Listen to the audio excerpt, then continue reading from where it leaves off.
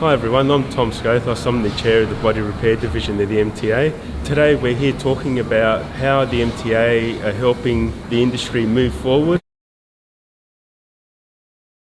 This gives the government an opportunity to take a deep dive into repairers' issues, and it's important for all of us to support the inquiry so that the government can see from industry how important this is to your businesses. We're very lucky because of the fact that this is the first time we've ever seen an inquiry, particularly into the smash repair industry in South Australia, and because it's occurring around the country, it sends a strong message to the federal government that the industry needs improvement.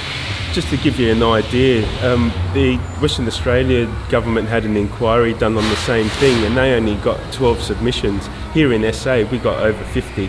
So that just tells you how great and how good our state is, for starters, but also if it wasn't for the help of the MTA, wouldn't have been able to achieve that, because the MTA had a lot to do with helping businesses not understanding what a submission was, right, and how they helped them put that submission in, and that will hopefully make a difference. Yeah, the submissions in particular drew on evidence that we've received from repairers by using the IDR process in the code.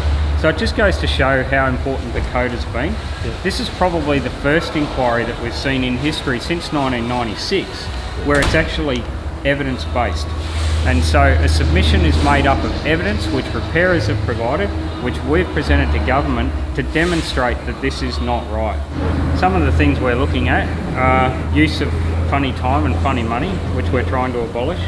We're also trying to see a mandated code, and we're also trying to have the government recognise that the dispute resolution process in the code is largely ineffective because we're relying at the moment on the insurer's determination of those disputes. And that's where, if you let an insurance company dictate what you're doing, again, they're telling us how to repair a vehicle, which we're the specialists, we're the experts at what we do, right? But we've got somebody that's trying to tell us how to repair a vehicle, whereas if there is any problems, the MTA are here to help.